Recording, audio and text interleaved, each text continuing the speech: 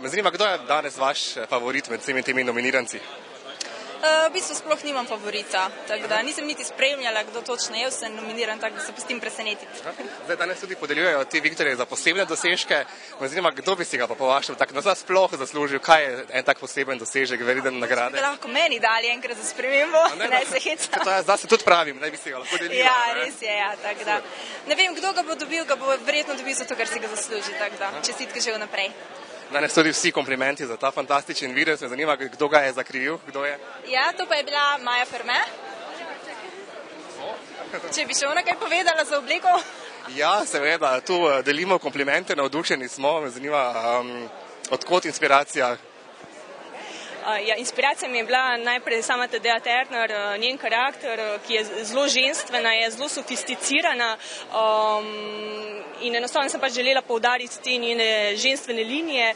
Zraven smo pač še dodali potem tudi to veliko rdečo mašno, zaradi tega, ker tudi sama, kolikor sem zvedla, se bo udeleževala raznih dobrodelnih prireditev, iz tega vidika tudi rdeča barva, rdeča mašna.